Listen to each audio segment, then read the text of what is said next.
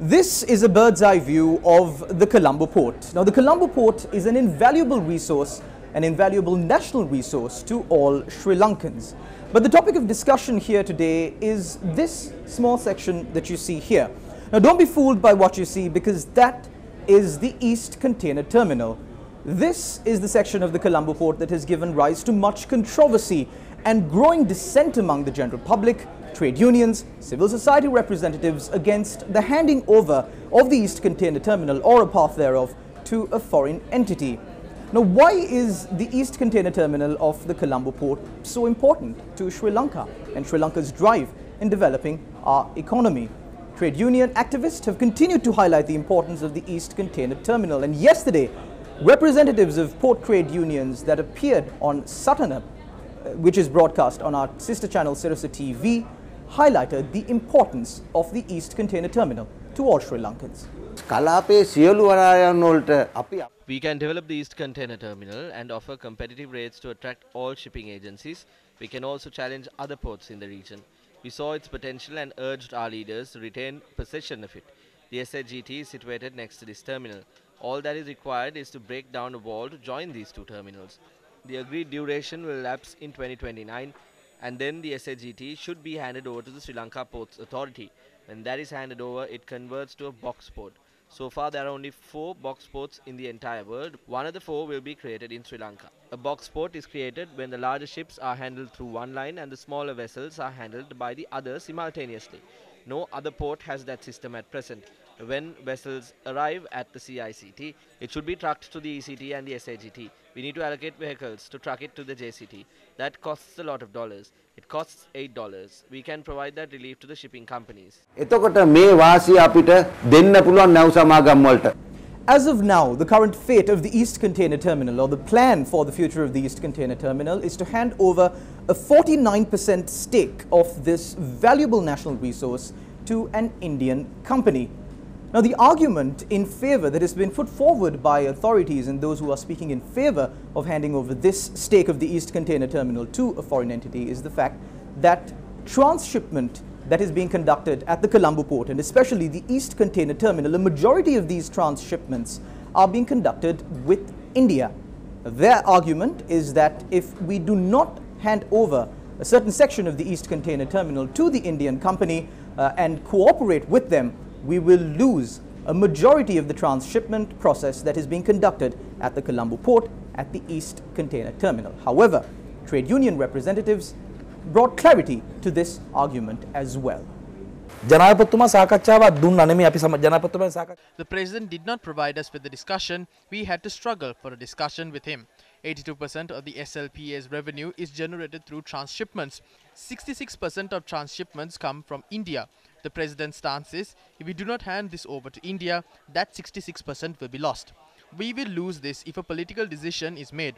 However, we have made an answer for it. A country cannot influence through transshipments. Shipping agencies wield that power.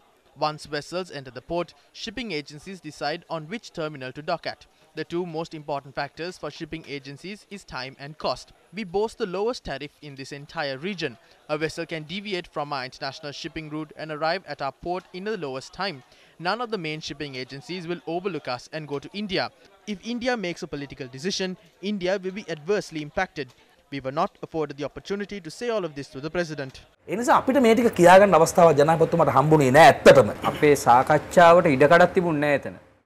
were not allowed to hold a discussion. The minute we started explaining, the President overpowers us and speaks. We could not express our opinions there.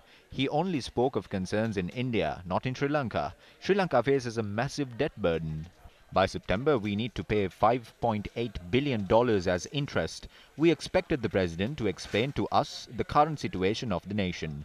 For the first time in Sri Lanka's history, Adani was named in the cabinet paper. Why couldn't they call for open tenders? We do not agree with this. We believe Sri Lanka should retain 100% ownership of the ECT. However, Adani was included in the cabinet paper. How did that happen?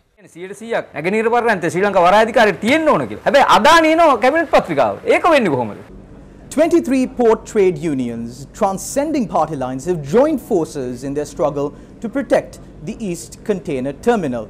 This has moved from a trade union struggle into a national struggle A national organization is now spearheading this fight to protect the East Container Terminal. But sadly, as we have experienced in the past and we have seen in the past, similar national struggles have broken down halfway through before those who engaged in the struggle really accomplished their objectives. Some of the times, the reason for the breakdown is because the leaders of these struggles are bought over by the authorities or the opposition sectors that are against their struggle.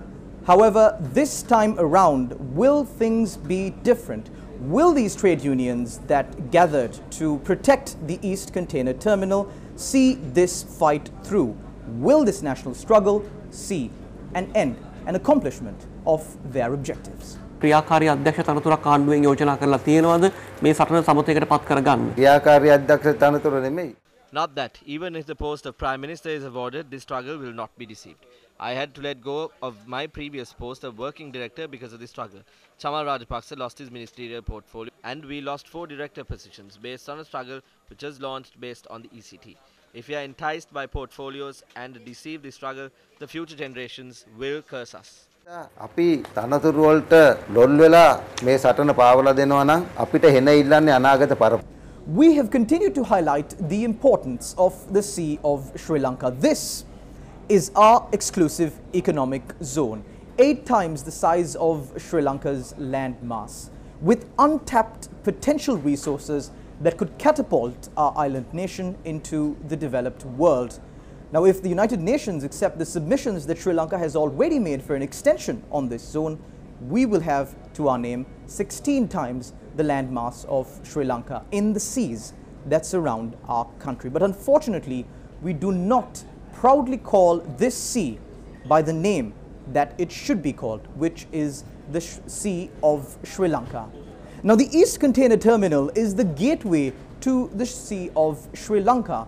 It is the gateway that is located at an extremely strategic location close to all naval shipping routes, main naval shipping routes that pass through this area. The East Container Terminal is one of the most high technologically advanced terminals in this area that has no compare. Is this not a good enough reason for the East Container Terminal to be protected? What will the future of the East Container Terminal be? News First will keep a close watch.